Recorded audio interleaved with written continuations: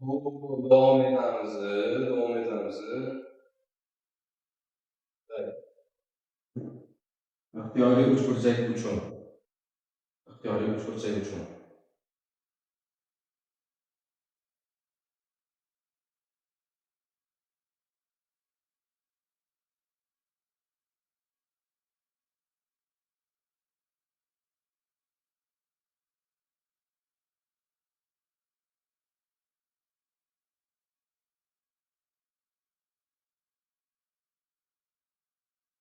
Ho'p.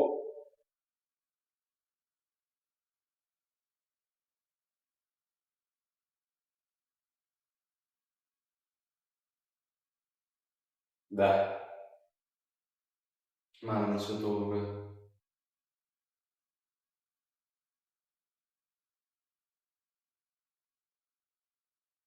Okey. Qaranglar. A, B, C.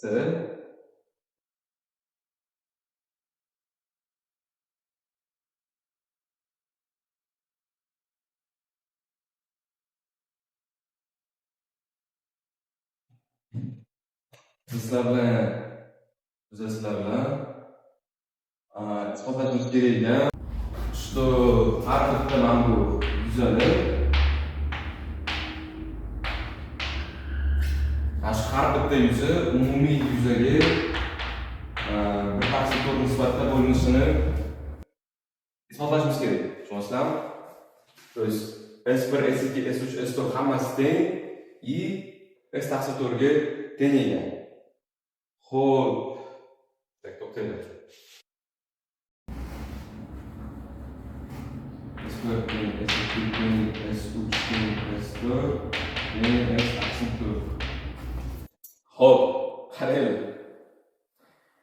Boyagi xossi agar esinglarda bo'lsa, biz mana bu yuzaga nisbati 1/3 bo'ladi dedi.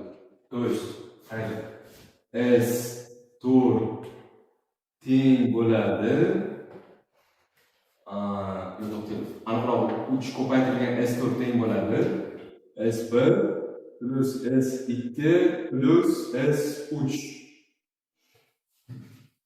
Esinglarmi? Mana bu kichkina uchburchak, mana bu trapetsiyaga nisbati 1/3 nisbatda yuzasi. Mana xuddi shuni yozib oldim. То есть, mana trapetsiya yuzasini uchburchak yuzasiga nisbatan topsanglar 3 bo'ladi. То есть, hammasi to'g'ri. Endi qaranglar. Endi xuddi shu xossani mana bu E, C, F uchburchak uchun и A, F, E, B trapetsiya uchun qo'llaymiz. То есть, mana bu bilan mana bunga e'tiboringlarni qaratinglar. Mana shu uchburchak bilan mana bu trapetsiyaga. Tushunasizlarmi? То есть, 3 ko'paytirilgan S3 xuddi shuningdek S1 plus S2 plus S4. S4 ga teng ekan. Хорошо. Endi qaranglar, S1 uchun shundoq ifodalab oladigan bo'lsak, tak, 3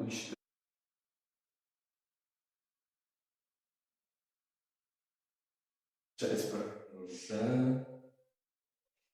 S2 plus S3, S2 plus S3 plus S4. Хорошо, tushundinglar? Mana bu uchburchak bilan mana bu trapetsiyaga qaranglar. Boyagi xossani qo'llayapmiz. Okey. Tushungan bo'lsanglar, хорошо. Endi qaranglar. Tenglamalar sistemasida men birinchi tenglamamdan ikkinchisini ayiraman. Mana bundan buni ayiraman. Faqat o'shani o'zini qilamiz. Qaranglar. Nima bo'ladi? Chap tarafda 3 ta S4 minus 3 ta S3 teng bo'ladi S3 minus S4 ga. Хорошо.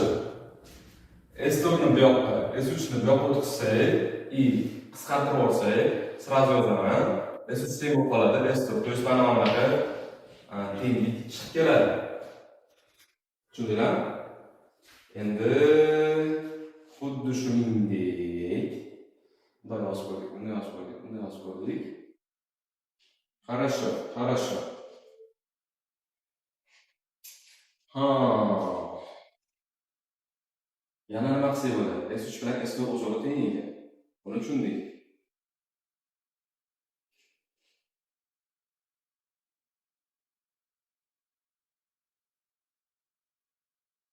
Xo'p, S3 bilan S4 teng bo'ladigan bo'lsa, ha, qaranglar. Yana bitta ma'lumot qo'shamiz. Bizi umumiy yuzamiz bor-ku, uchburchakning umumiy yuzasi. O'shani ham liba S3 liba S4 orqali ifodalanishimiz kerak.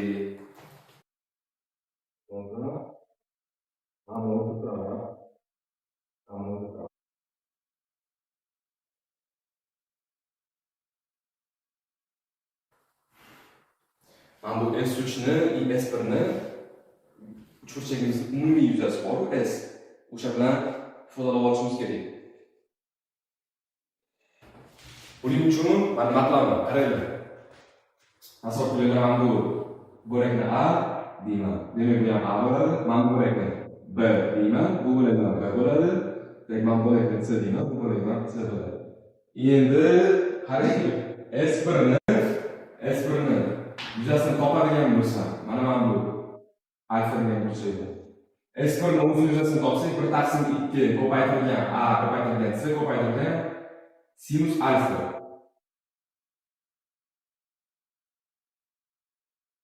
Endi qaranglar, katta uchburchakni, umumiy uchburchagimni hisoblaydigan bo'lsam, nima bo'ladi? 1/2 ko'paytirilgan 2A ko'paytirilgan 2C ko'paytirilgan sinus alfa. To'g'rimi? Xo'p, bu nima degani? S teng degani 4ta S1 ga. S teng degani 4ta S1 ga. Xuddi shu algoritmni mana bu S3, S4 uchun qo'llasanglar, xuddi shuningdek chiqib keladi, что 4ta S3 shuningdek teng 4ta S4 ga. Tushundinglarmi? Bu tarafdan bundoq qarab, keyin bu tarafdan bundoq qarab, xuddi shuningdek hisoblaydigan bo'lsangiz, mana shunaqa nisbat chiqib keladi. Okay, good. Tushundik. Biz bir-birimizni tushundik deb umiddaman. Xo'p, qaranglar. Bu nima degani? Mana bu tenglik o'zidan foydalangan holda biz S3 teng S4 degan narsani isbotlasak bo'ladi. Va mana shu o'zidan foydalangan holda o'sha S3 teng S4 desak bo'lar ekan. Biz bilmagan edik buni. Mayli. Shuningdek S1 ham S3 ga teng. To есть qaranglar, 4ta S1 teng ekan 4ta S3 ga, bu deganni to'g'rilarni qisqartirsak, xuddi shuningdek mana bu yerga teng S1 deb qo'shib qo'ysak bo'ladi. Хорошо. Endi S2 ni bog'lashimiz kerak, to'g'rimi? Yo, любой mana shu bittasiga borib qo'yamiz. Mana shu uchtasidan любой bittasiga ham qiyofani olib borib qo'ysak, qaranglar. Допустим, birinchi tenglamaga qo'yamiz. 3ta S4 tenggan S1 teng S4 bo'lgani uchun S1 o'rniga сразу bu yerda ham S1 yozaman, plus S2 plus S3 o'rniga shuningdek S4 yozaman. Endi qaranglar. 2ta S4 plus S2 teng ekan 3ta S4 ga. S2 ni hisoblasak S4 degan chiqadi. To есть mana bu tengligimizni yana bir marta doполнить qilsak bo'ladi quyidagi ifoda bilan. To есть S3 teng S4 teng S1 teng S2 bularni to'rttasining yig'indisi menga umumiy yuzani beradi. To есть ABC uchburchagining yuzasini beradi.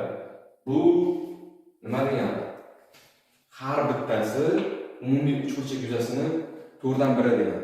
Tushunasizlar? Men har bitta yuzi uchburchak yuzasini 4dan 1 qismiga teng deganmiz. Hozir sizlar bilan shuni isbotini ko'rdik.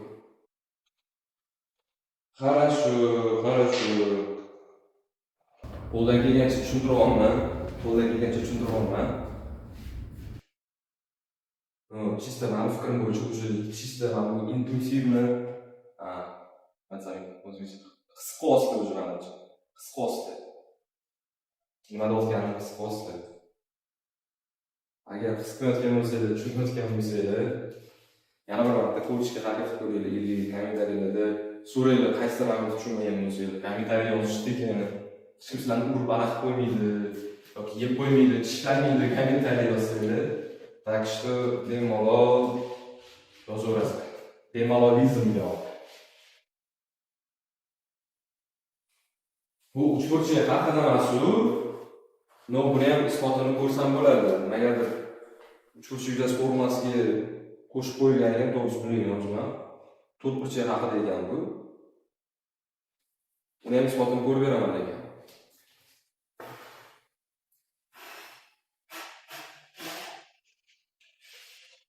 Хорошо, qaraydi. Keyingi holatimiz. To'rtburchak berilgan bizga.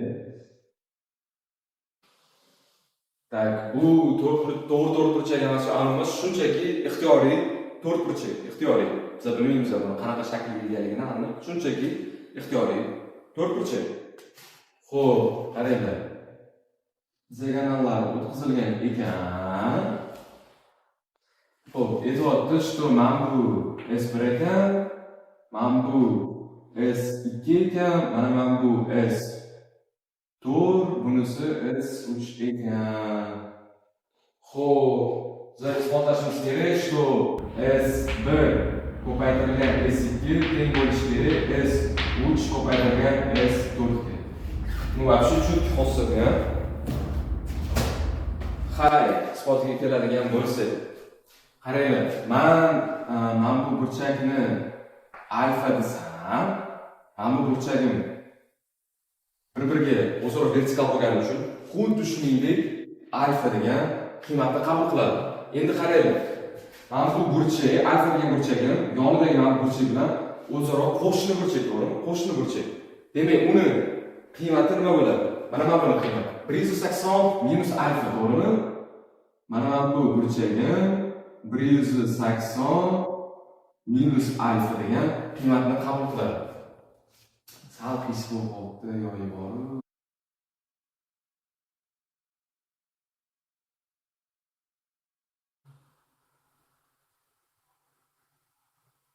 Tak, endi qaranglar, tushundinglarmi? To есть mana ikkitasi o'zaro qo'shni bo'lgani uchun ularning yig'indisi 180 bo'ladi. Endi qaranglar. Mana bu uchburchak bilan bu uchburchak, mana uchlarida bular ikkalasi mana ikkita burchak ham o'zaro vertikal, ya'ni bir-biriga teng.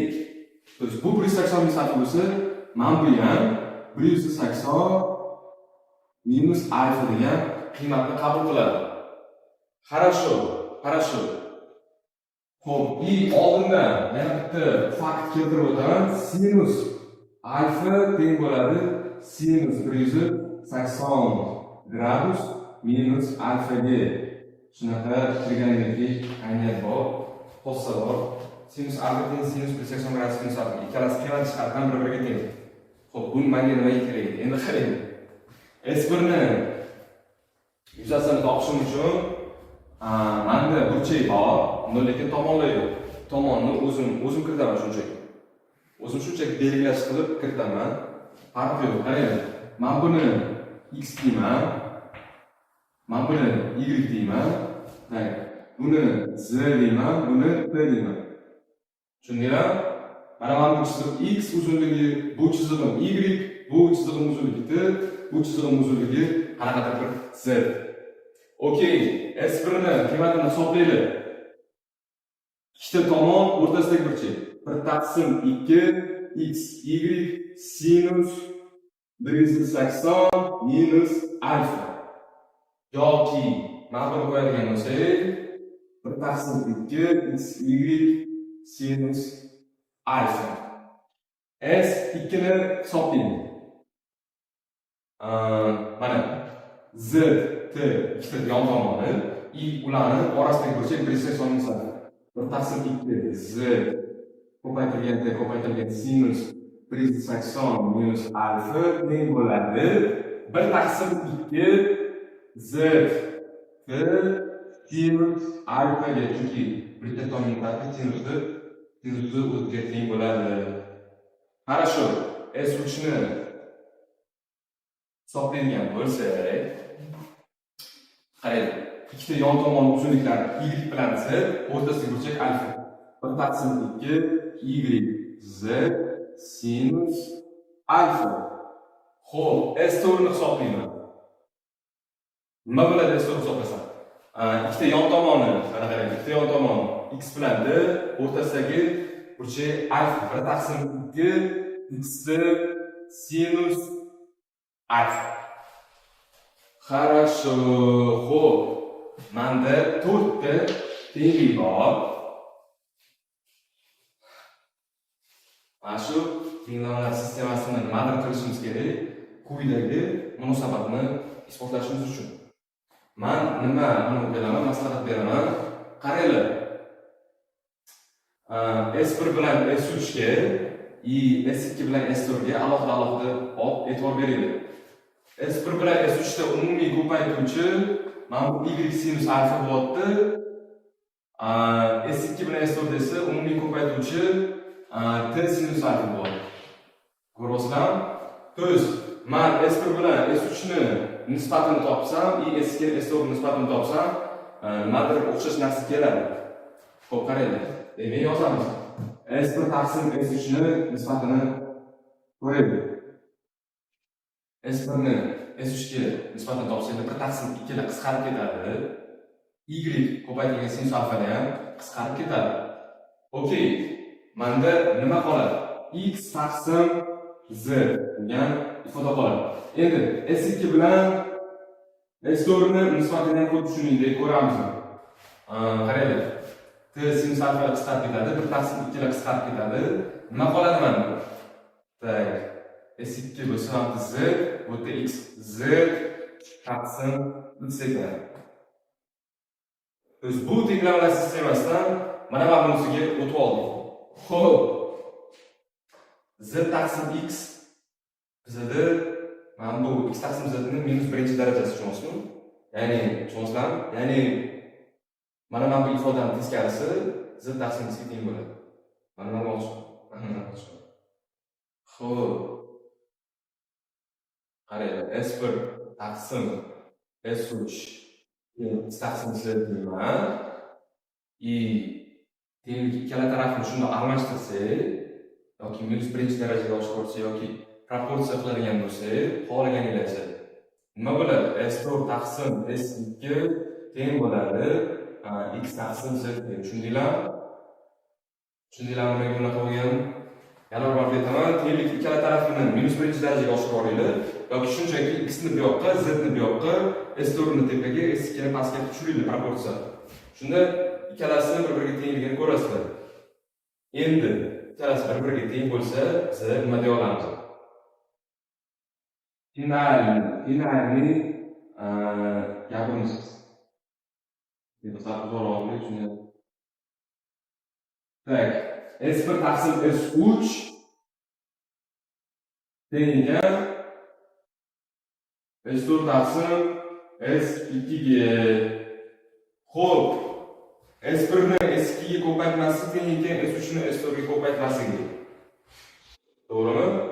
To есть mana bittadan mana shu ifodadan ham bu ifodani tavsiya bo'ladi. To есть biz isbotladik formulani.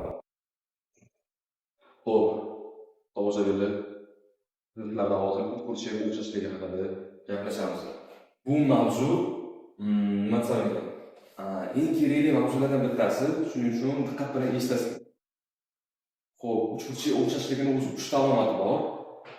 Ko'rib turganingizdek, uchinchisi sig'madi, shuning uchun boshligidan tushuntiraman. Keyin o'chirib uchinchisini ham tushuntiraman shunday. Xo'p, qaranglar. Birinchi alomatdan boshladik bo'lmasam. Tasavvur qilamiz, bizda ikkita uchburchak bor. Хорошо. ABC uchburchagimizda AB tomoni qanaqadir A ga teng. A1 B1 C1 uchburchagimizda esa A1 B1 qanaqadir B qiymatga teng. Endi e'tibor beraylik. Mana shu ikkita tomonga yopishgan ikkita burchagimiz ikkalasidan teng bo'lsa, ya'ni alfa beta degan burchagim, mana bu uchburchagimni alfa bilan beta degan qiymatni qabul qilsa, ya'ni kamida ikkita burchak bir-biriga teng bo'lishi kerak. Uchburchaklarimiz. O'shanda birinchi alomat bo'yicha aytishimiz mumkin, что bu uchburchaklar o'xshash. Endi ikkinchi alomatga e'tiborimizni qaratamiz. Bizda yana ABC degan uchburchak bor, A1, B1, C1 uchburchagimiz bor. Qaranglar. A1, B1 o'zaro proporsional bo'lsa, shuningdek, mana bu ular orasidagi burchak qiymati bir xil bo'lsa, ya'ni bir-biriga teng bo'lsa, bu uchburchagimda A bilan B orasida alfa, bu uchburchagimda A bilan B1 orasida ham alfa bo'lsa, bu uchburchaklarimiz ikkinchi alomat bo'yicha bir-biriga o'xshashdir. Tushunasizlarmi? To есть, ana shu ikki tomonlar nisbati o'zaro proporsional bo'lishi kerak bir-biriga. Tushunasizlarmi? Bir xil bo'lishi kerak, teng bo'lishi kerak. Ular orasidagi burchak shuningdek teng bo'lishi kerak. O'shanda bu bizada ikkinchi alomat hisoblanadi. Xo'p, tushungan bo'lsanglar, men o'chiraman-da, uchinchi alomatni tushuntiramiz sizlarga. Uchinchi alomatimiz uchburchakka o'xshashligining uchinchi alomati. Agar bir uchburchakning uchta tomoni ikkinchi uchburchakning uchta tomoniga mos ravishda teng bo'lsa, bu uchburchaklar o'xshashdir. Uchinchi alomatimiz. Nima deyapti bu? Nima deyapti? Ya'ni bizda tasavvurlar A, B, C uchburchagimiz, A1, B1, C1 uchburchagimiz bor.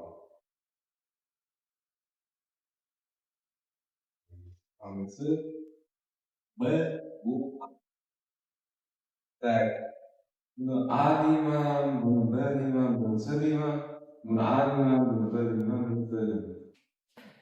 Xo'p, biz mana ikkita uchburchagim tomonlar mos ravishda bir-biriga teng bo'lsa, bu ikkita uchburchak ham bir-biriga o'xshash ekan.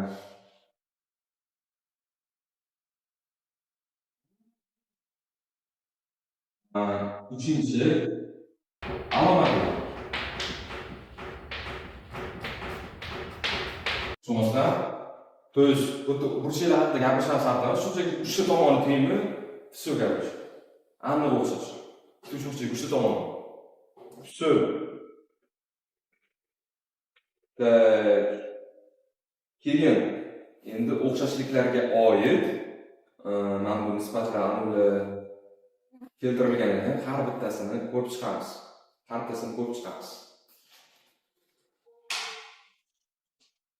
Xo'sh, har bittasini ko'rib chiqamiz. Tushundinglar, uchinchi alomatni ham. Xo'p, alomatlarni tushungan bo'lsangiz sekin o'zi tushuntirishni boshlasam bo'lar ekan. Takib to'xtanglar.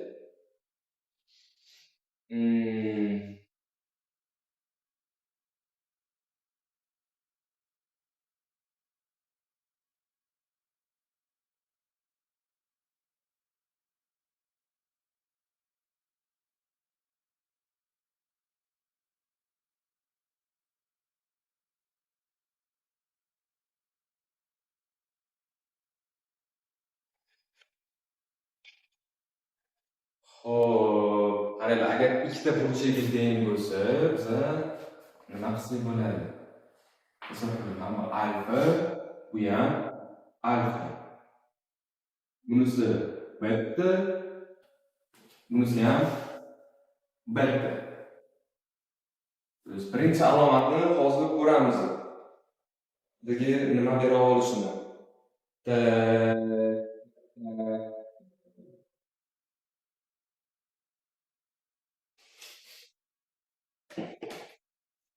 Qaranglar. Birinchi alomat bo'yicha ikkita burchagi teng bo'lishi kerak, to'g'rimi? Tasavvur qilinglar. Uchinchi burchakni ham o'zaro teng deymiz. Qanaqasi? Mana bu burchaklar yig'indisi nima bo'ladi?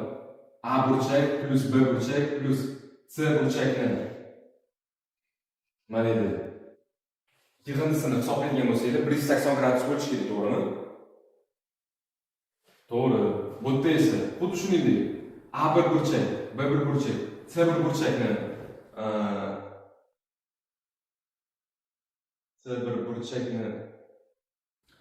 yig'indisini hisoblaydigan bo'lsangiz, xuddi shuningdek 180 gradus bo'lishi kerak. Endi qaranglar, mana bu ikkita burchak ikkalasi uchun umumiy bo'lsa, demak, uchinchi burchak ham xuddi shuningdek umumiy bo'ladi ikkalasi uchun. Mayli. yalovchi pakajli. Ana qarang, mana qanaqa bir gamma deyman. Buni ham qanaqa bir buni qanaqa bir fi burchak deyman. Xo'p, qaranglar, birinchi uchburchak uchun burchaklar summasini yozib olsak nima bo'ladi? Alfa plus beta plus gamma tengga 180 gradusga. İkinci uchburchagim uchun alfa plus beta plus fi tengga 180 gradusga.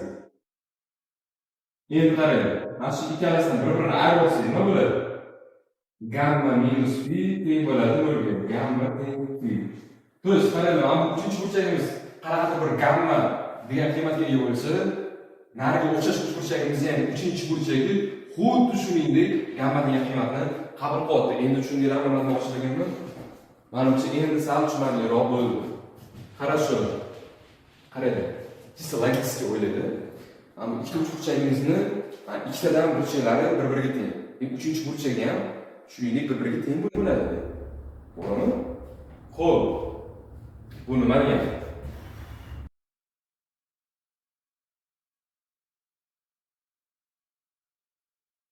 Birinchi uchburchak uchun yuzani hisoblaymiz. Birinchi uchburchak uchun yuzani hisoblaymiz.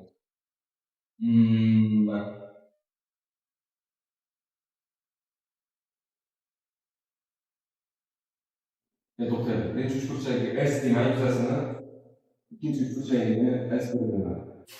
Хорошо, S hisoblayotganimiz 1/2 AC sinus alfa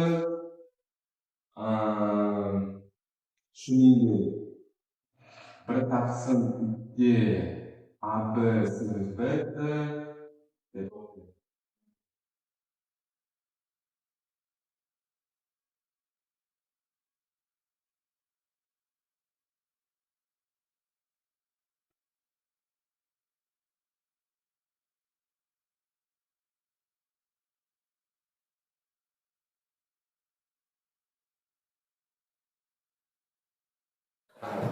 Davom etamiz.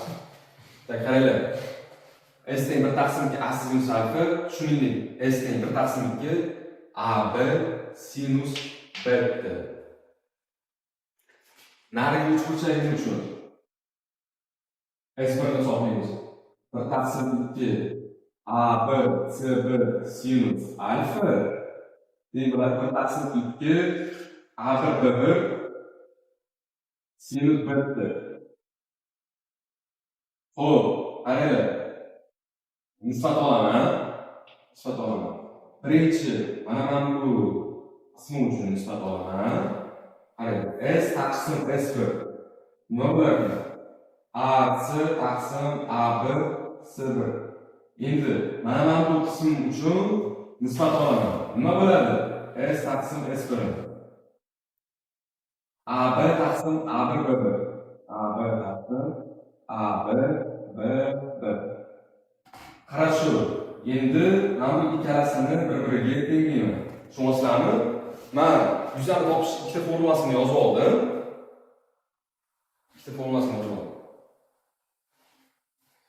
I S1 uchun ham xuddi shuningdek ikkita formulasini yozib oldim. Keyin birinchi mana bu formula uchun nisbat oldim, keyin mana bu formula uchun nisbat oldim. Tushunasizlarmi? Endi chiqqan natijani bir-biriga tenglab ko'ramiz. Nima bo'ladi? AC taqsim AB CB teng bo'ladi AB taqsim AB B1 ga. E'tibor berasizlar, mana bu yerda A lar qisqarib ketadi, mana bu esa vaqtida A1 lar qisqarib ketadi. Bu degani C ni C1 ga nisbati B ni B1 ga nisbatiga teng degani. To'g'ri. Buni bunga nisbati, buni bunga nisbatiga teng ekan. Xuddi shunaqasiga mana shu algoritmni qayta ishlatgan holda mana bularni ham chiqarsanglar bo'ladi. To есть A ni A1 ga nisbati xuddi shuningdek B ni B1 ga nisbatiga teng bo'ladi. Tushunasizlar? Mana buni ham keltirib chiqarsanglar bo'ladi. Keyin buni bir-biri bilan tenglashtirib qo'yasizlar. Shunday bo'ladi. A ni A1 ga nisbati teng bo'ladi B ni B1 ga nisbatiga teng bo'ladi C ni C1 ga nisbatiga. Tushunasizlarmi? Ya'ni birinchi alomatning o'zi bizga fantastik bir amalni berdi. Так, nisbatini ber. A'ni A1 ga nisbati degan bo'ladi. B'ni B1 ga nisbati degan bo'ladi. C'ni C1 ga nisbatiga.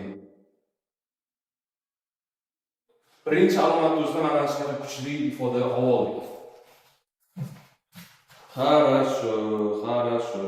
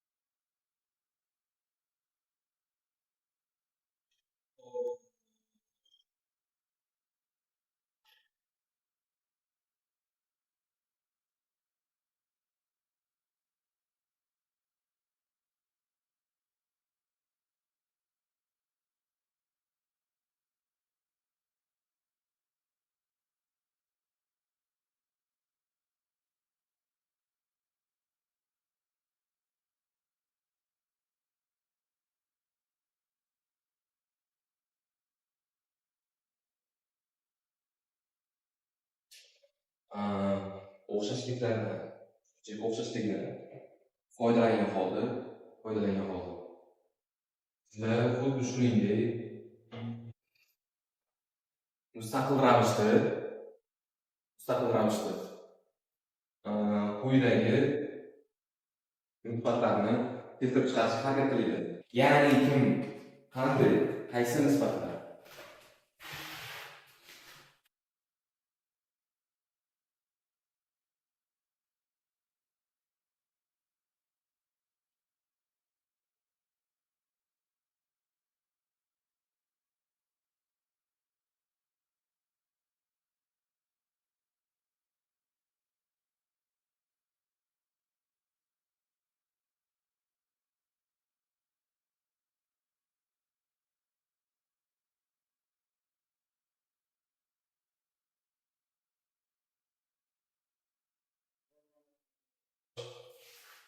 Xo'p,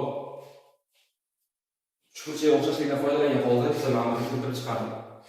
Agar sizlar harakat qilib ko'rsanglar, mana shundan tashqari mana bularni ham keltirib chiqarsanglar bo'ladi. Tushunasizlarmi? Mana shu narsalarni ham keltirib chiqarsanglar bo'ladi. O'zingizlar mustaqil ravishda hech bo'lmaganda ikkitasini keltirib chiqarishga harakat qilinglar. To'g'risi, juda ham qiziqarli misol bo'ladi. Shuningdek, qaranglar, shuningdek yana bitta qo'shimcha qo'shib qo'yaman o'zimdan. Ya'ni ildiz ostida S taqsim S bor. Bulardan tashqari, shuningdek, yuzalar nisbati haqida ham yozib qo'ysak bo'ladi. To'g'rimi? Mana buni davom, mana shu qatori davom. Lekin imенно yuzalar nisbatida amal bo'ladi. Ildiz ostida nisbatida bo'ladi. Просто shunaqa keltirib chiqarsanglar nimaligini tushunasizlar, nimaga ildiz qayerga kelganini keltirib chiqarib tushunsanglar bo'ladi. Agar erintsanglar manga o'xshab. Shunchaki eslab qolinglar, ildiz ostida bo'lishini, yuzalar nisbati. Qolgan hammasi chiziqli proporsiya, ya'ni chiziqli nisbatda bo'ladi. Bitta mana shu ildizga. Xo'p, tushungan bo'lsangiz ma'lumotni ikki marta yozib qo'yganmiz, bo'lmi?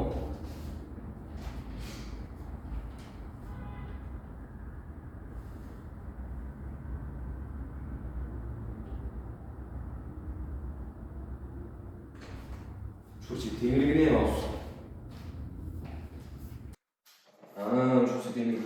Xo'p, qaranglar, bizda uchburchak o'xshashligi bor, uchburchaklar tengligi bor. Ikkalasi ham bir-biriga o'xshab ketadi, nazariyasi shuning uchun uchburchak tengligini tushuntirib o'tirmayman, to'g'risini aytsam, vaqtim yo'q. Elementar narsa, o'zingizlar keltirib chiqaring. Xo'p, bundan keyingi mavzu to'rt burch shaklar degan mavzu. Xo'p, demak, parallelogram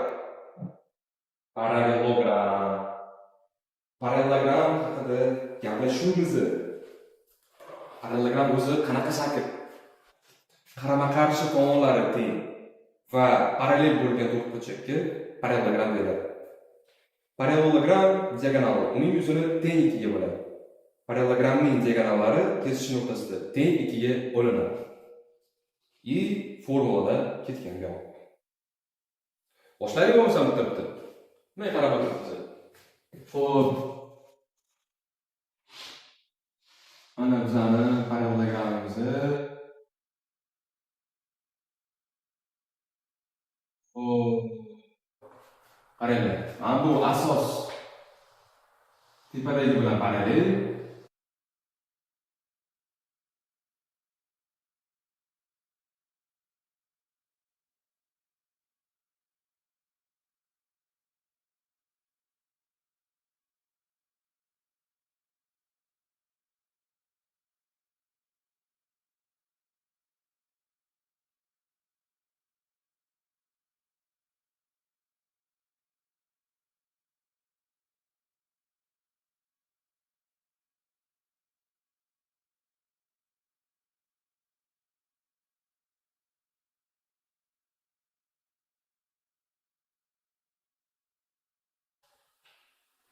Hop, parallelogramga qaraymiz. Mana ikkita yon tomon bir-biriga parallel. Mana bu asos bilan tepa qismi ham parallel bir-biriga. A, B, C, D deylik. Xo'p, shunda nima bo'ladi? A, D parallel B, C ga, B, A parallel C, D ga. Mana shu ikkita shartni bajaradigan to'rtburchakka parallelogram derkanmiz. Xo'p, qaranglar. Mana bu burchak alfa bo'lsa, bu burchagimiz ham xuddi shuningdek alfa bo'ladi. Mana bu burchagimiz esa bu burchak nima bo'ladi sizlarcha? Demak, + 80 minus alfa. Bu burchagimiz ham + 80 minus alfa bo'ladi. Xo'p, yuzasini formulasini qarang, yuzasini formulasi S teng ekan A ko'paytirilgan B ko'paytirilgan sinus alfa. Ko'rish. Parallelogramning yuzasini topish uchun ikkita tomonni ular orasidagi burchakni ko'paytirib qo'yish kerak ekan. Xuddi bir uchburchakka o'xshab ketadi, e'tibor beringlar, uchburchakka o'xshab ketadi. Faqat oldida bir taqsim etilgan koeffitsient yo'q. Хорошо.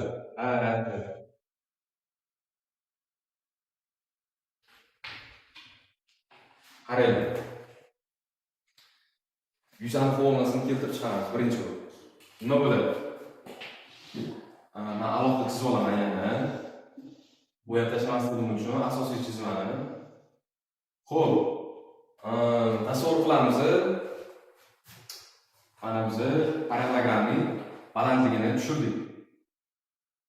Xo'p. Mana bu hosil bo'lgan bo'lak bor-ku, ham uchburchak. Xuddi shuningdek mana bizga olib surib qo'ysa, ko'chirib qo'ysa, nima deysizlar? Ko'chirib qo'ysa nima deysizlar? To есть qaranglar. Voy, teshib o'lgan.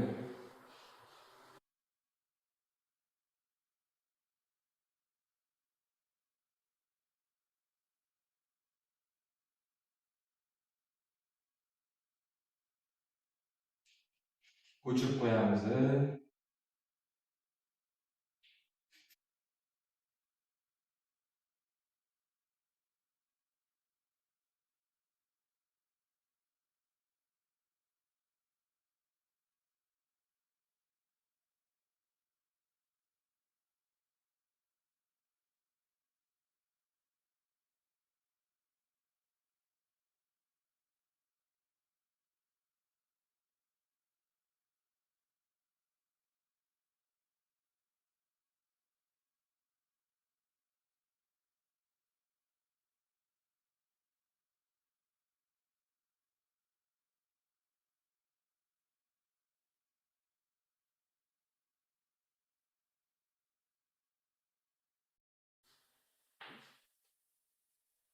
Xo'p, qaranglar.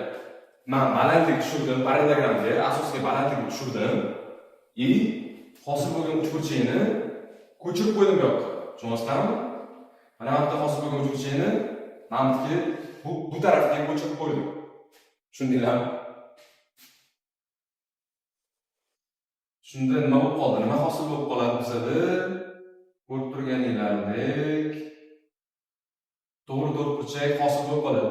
Mana bizda to'g'ri to'rtburchak bo'lib qoldi, to'g'rimi? Parallelogramni to'g'ri to'rtburchak yasadik konstruksiyada, tushunasizlarmi? Xo'p.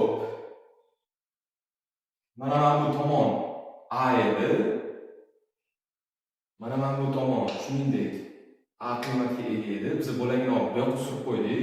Так что mana buniki A deb ko'chib qoladi. Tushunasizlarmi?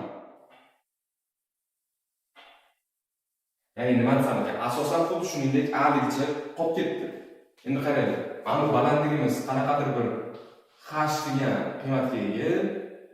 Xo'p, bu tarafga surilgandan keyin ham xuddi shuningdek h ligicha qolaveradi. Okey? Okey.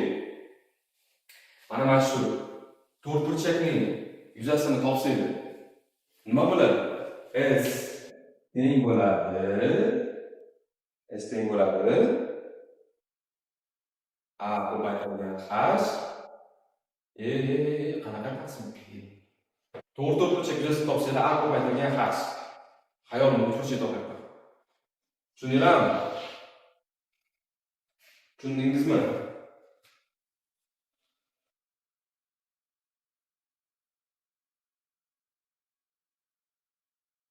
Xo'p, yana qayta qisqachasiga qaraylik. Mana parallelogramga boradi. Mana bu uchidan, B uchidan asosga qarab balandlik tushirdi. Okey? Balandlik tushirdim. Mana bunaqa hosil bo'ldi. Men aytdim, mana shu hosil bo'lgan 7-burchagimni shunda bo'lagini qirib olay dedim-da. Mana turgan bo'lagimni oxiriga yopishtirib qo'ydim. Shunda oldinda yopishtirib qo'ydim. Shunda menda to'rtburchak yasalib qoldi, to'g'rimi? To'rtburchak yasalib qoldi. O'rtirishda to'g'ri to'rtburchak yasalib qoldi. Simbolda. Xo'p, men aytdim. Bitta tomoni A, ikkinchi tomoni h ga teng bo'lgan to'g'ri to'rtburchak hosil bo'lgan bo'lsa, no. Yuza jihatdan qiymat o'zgarmagan bo'lsa, to есть mana to'g'ri to'rtburchakning yuzasi qanday bo'lsa, parallelogram yuzasi ham xuddi o'sha qiymatga teng bo'ladigan bo'lsa, men smelo ayta olaman, shu parallelogramning yuzini A ko'paytirilgan h orqali topsak bo'ladi. Endi qaraylik. AB sinus alfa qayerdan kelgan sizningcha? Mana bizani alfa degan burchagimiz bor edi, mana bu to'g'rimi? Men konstruksiyani o'chirib qo'ydim. Mana bu yerda paydo bo'lib qoladi alfa burchagi. Endi qaraylik. Mana bu yon tomoni menda B. Mana bu yon tomoni B. H-ni B ga nisbatan topsak, H taqsim B bizada sinus alfa ga teng bo'ladi. Shunda men H-ni B orqali ifodalasam, B ko'paytirilgan sinus alfa degan formula hosil bo'ladi.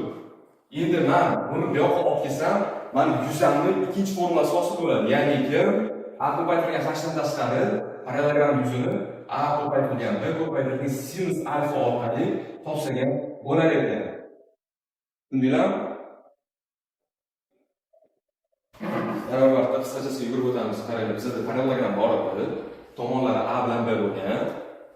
A ko'paytirilgan B ko'paytirilgan sinus alfani isbotlashimiz kerak. Men aytdim, B uchidan A ga asosga balandlik tushiraylik dedim. Balandlik tushirdik. Keyin mana uchburchakcha hosil bo'lib qoladi. Men aytdim, mana shu hosil bo'lgan uchburchakni shunda konstruksiya shunda kesib olaylik, qirib olaylik. Mana bu tarafga yopishtirib qo'ydik dedim. Yopishtirib qo'ydik. Ya'ni ko'chirdik biz buni. Mana bu shakl o'zgargani bilan, to есть parallelogramdan to'g'ri to'rtburchakka o'tib qolgan bo'lsa ham, yuza o'zgarmagan qiymat chiqadi, tushunasizlarmi? Yuza o'sha biz qirib qo'ygan yuzani yana tagiga yopishtirib qo'ydik mana bunga. Yuza o'zgarmaydi shunda. Bu bizga nimani beradi? Nima plyusi bor buni? To'g'ri to'rtburchakni yuzasini topsak, A ko'paytirilgan h. Demak, parallelogramni yuzasini ham xuddi shunaqasiga A ko'paytirilgan h orqali topsak bo'lar ekan. Xo'p, endi bizda AB sinus alfani qanaqa hisoblaymiz? Men aytdim, mana bu yon tomoni hali ham o'sha turibdi. Mana bu yerdagi alfa bu yoqda turibdi dedim. Hni b ga bog'lash uchun men sinus alfadan foydalanaman dedim. H taqsim b sinus alfa, h deng b sinus alfa.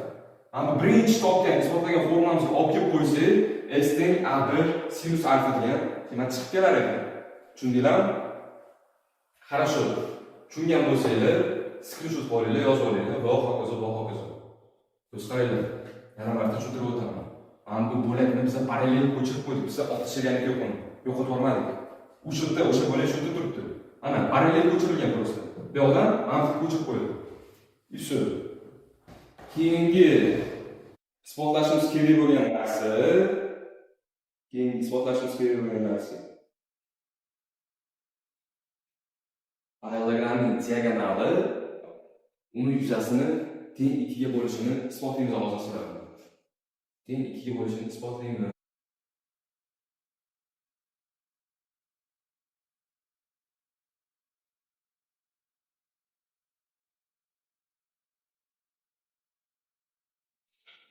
Parallelogramning diagonali uni yuzasini teng 2 ga bo'lishini isbotlaymiz. Qarangiz. Xudoga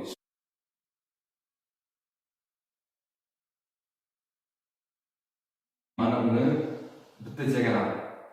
Farqi yo'q. Xohlasanglar buni. Любой diagonal chizinglar. Men просто shuni chizdim sizlarga. Mana bunda ko'rinib turishi uchun yondizgan.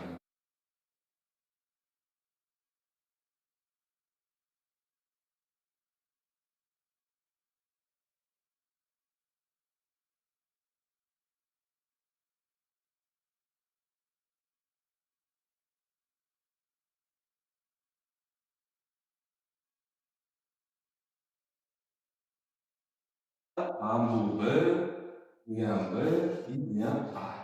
Mana bu burchak alfa bo'lsa, bu burchak ham shunday alfa. Хорошо. Qaranglar. Endi bitta narsa, mana bu diagonal chiqadi-yu. Mana bu burchakni teng 2 ga bo'ladi. Tushunasizlar? Mana shu burchakni teng 2 ga ajratadi. Bu tarafda xuddi shu teng 2 ga ajratiladi burchak. Mana shuni isbotini o'zingizlar ko'rasizlar. Nimaga bunaqa bo'lishini? Shunda og'zak ketib ketsanglar ham bo'ladi lekin. Og'zak ketib ketsanglar ham bo'ladi. Nimaga endi? Sizlarga o'ylayapsizlar. Xo'p. Aytib o'taman, yana eslatib o'taman. Mana bu chiqqan diagonallar, parallelogramning diagonallari chiqqan uchidan boshlab mana bu burchaklarni teng 2 ga bo'lib chiqadi. Tushundinglarmi? Bu xossa bizga hozircha kerak yo'q, lekin shunchaki fakt sifatida aytib ketyapman. И sizlarga o'rgatib sifatida bunaqa bo'lishi. Xo'p, qaranglar. Men bu S1 deyman, buni S2 deyman. Biz hozircha bilmaymiz S1 teng S2 ekanligini. Hozircha bilmaymiz. Xo'p, qaranglar. S1 uchun yuzani topadigan bo'lsa nima bo'ladi? A tomon bor, B tomon bor, ular orasida burchak bor. Bir taqsim A1 sinus alfa. Xo'p, mana bu uch burchakka qarasanglar, bu yerda ham xuddi shu. A tomon, B tomon ular orasidagi burchak. S2 tengda 1/2 A1 sinus alfa. Xo'p, bu yerda kelib chiqamiz, S1 teng S2. Ko'rish bizni sizlarga isbotladik, shu parallelogramning diagonali uni yuzini teng 2 ga bo'ladi. Endi qarashu buni isbotladik. Endi narigisi ikkinchi holatni ham isbotlaymiz. Xo'p.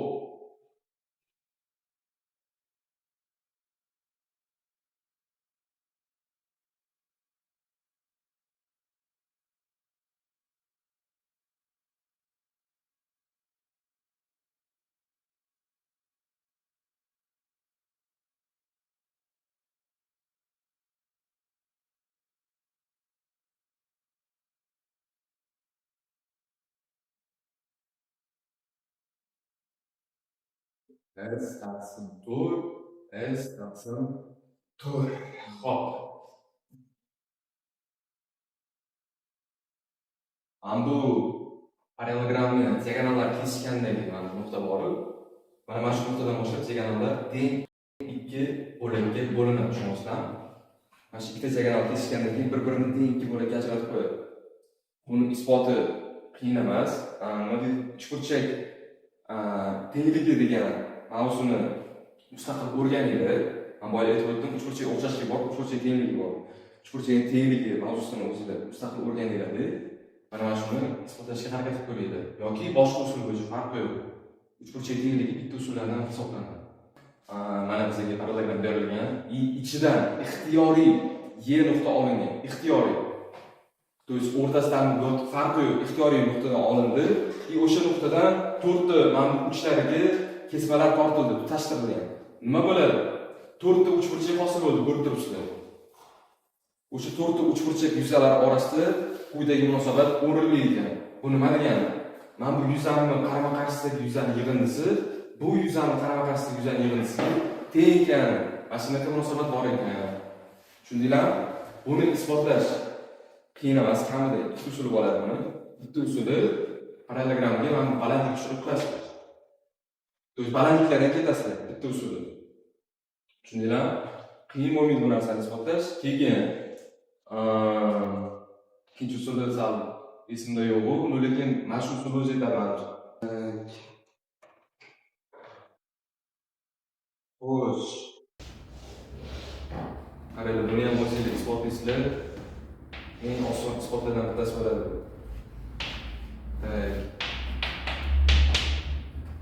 Mana bu tasavvur qilasizlar. Xo'p, mana nima demoqchiman? Mana bu S taqsim 4 bo'lib qolar ekan.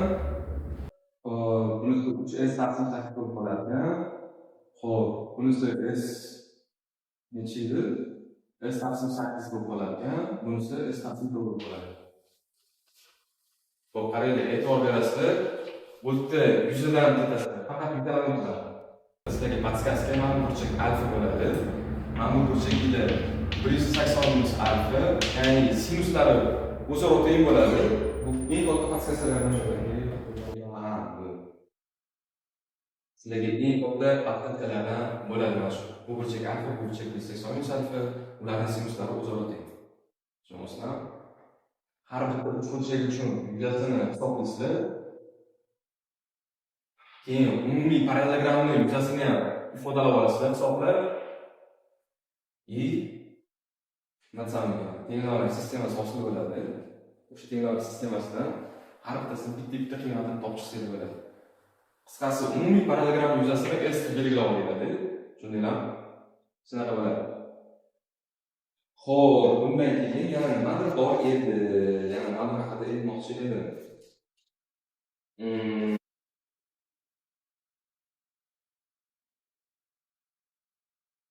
Buni o'zingiz hozir ko'ringlar, oson lekin. Juda ham oson.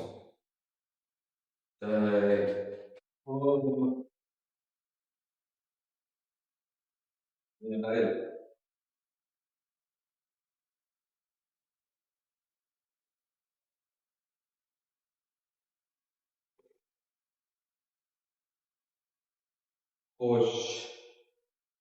Bundoq bo'lingan. Bundoq bo'lingan. Keyin bundoq bo'lingan, keyin bundoq bo'lingan, keyin bundoq bo'lingan. Qaranglar, bu eng oson keltirib chiqarishlardan bo'ladi. Buni keltirib chiqarishlar, mana S taqsim 4 bo'ladi bu, bu ham S taqsim 4 bo'ladi. Bu S taqsim 8 bo'ladi. Bular esa S taqsim 16 lardan bo'ladi. Hammasi S taqsim 16.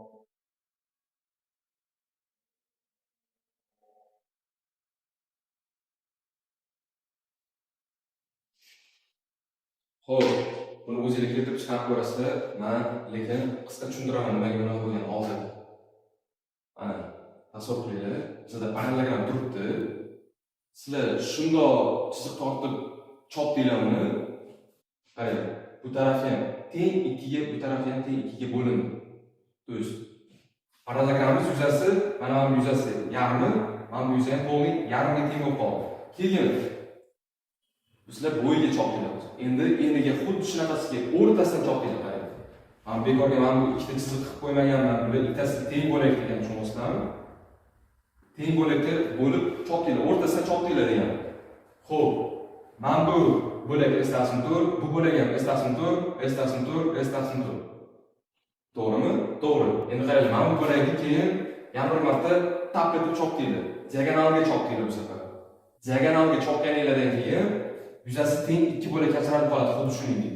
Bu degani, ham bo'lak s taqsim 8 bo'lib qoldi. Bu bo'lak ham s taqsim 8 bo'lib qoldi. Ya'ni s taqsim 4ni umumiy s taqsim 4 s taqsim 4ni yarmi s taqsim 8 dan bo'lib qoladi. Keyin qaranglar, mana bunga e'tibor berasizlar. Короче, bu parallelogramni yana bir marta bu diagonal bo'yicha chopgan holatini turibdi, to'g'rimi? To'g'ri. To'g'ri. Endi mana parallelogram bunaqasiga chopsanglar, sizlar nima qildinglar? Teng 4 ta bo'lakka bo'lib qo'ydinglar.